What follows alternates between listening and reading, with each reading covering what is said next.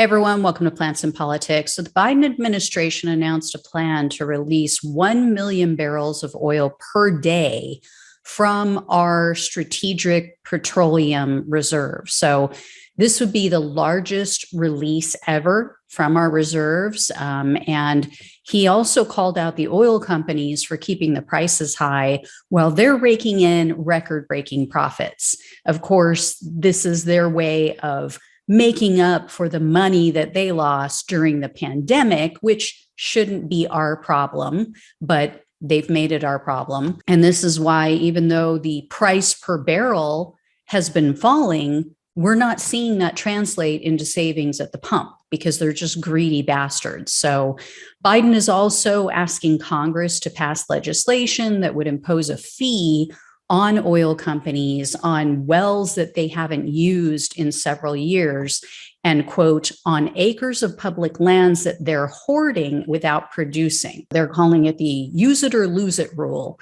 Also, good luck on getting that passed. I know that sounds pessimistic, but given how many Republicans and Democrats are bought and paid for by big oil, they're not going to bite the hand that feeds them. I mean, we all saw that undercover video that was captured from a big oil executive, or not an executive, but a lobbyist, who was calling them out by name and saying, oh yeah, these are the people that I go to make sure that stuff doesn't pass, to make sure that, you know, we're not passing a green agenda, that they're not going to get rid of oil. So we know it's probably not going to happen, but the other positive announcement from the Biden administration is that he's finally going to use his power under the Defense Production Act to order the mining and processing of minerals like nickel and cobalt, things like that, that are necessary for the production of electrical vehicle batteries. So this is important not just to increase our production here in the US of electric vehicles, but also to reduce our reliance on China and Russia, which are currently major sources of those minerals. So we need to take back our power.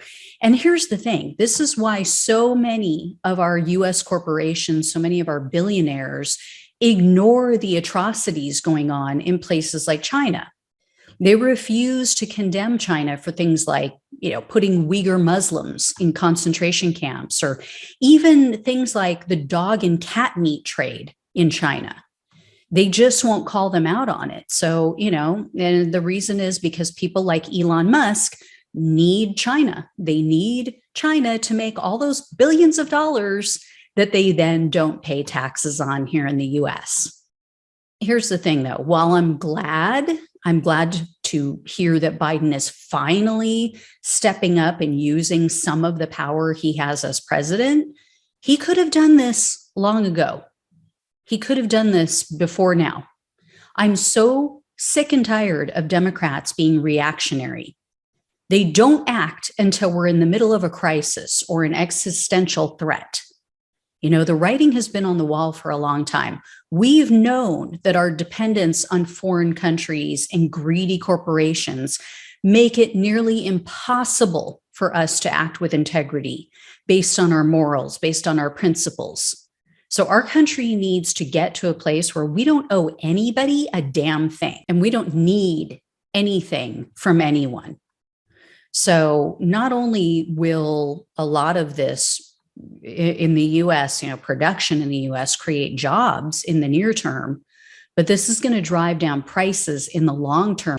It's going to hurt for a while. We got to rip the Band-Aid off. You know, it's going to sting for a little bit, but in the end, we're going to be a much better, much safer and stronger country. And in the meantime, there's other stuff that can be done to try to slap the hand of these greedy bastards. Some Democrats have introduced legislation to tax oil companies. There's one bill that California Democrat Ro Khanna is leading the move on. This is in the House, and he's trying to pass the big oil windfall profits bill.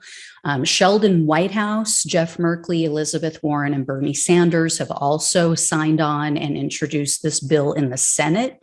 So this bill would impose a per barrel tax on both domestic and imported oil. And what they're saying is that it's going to be equal to 50% of the difference between the average price per barrel between the years of 2015 and 2019 as compared to what oil companies are currently charging.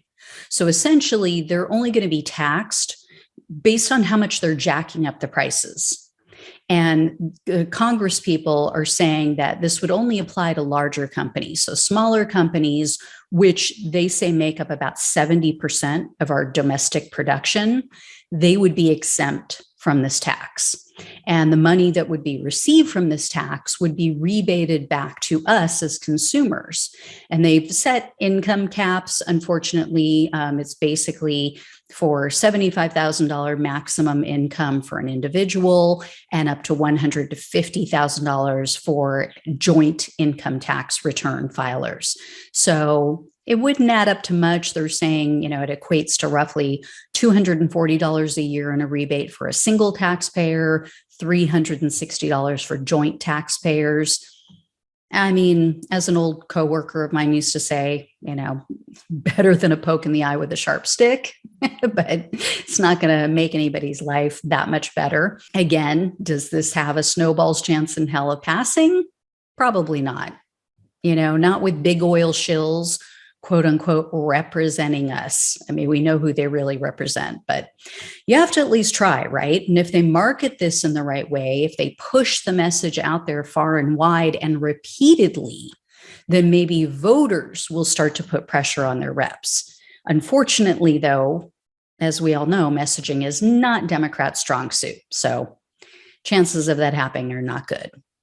Anyway, guys, if I hear any more, I'll let you know. Thanks so much for watching and listening. Take care, and I'll talk with you soon.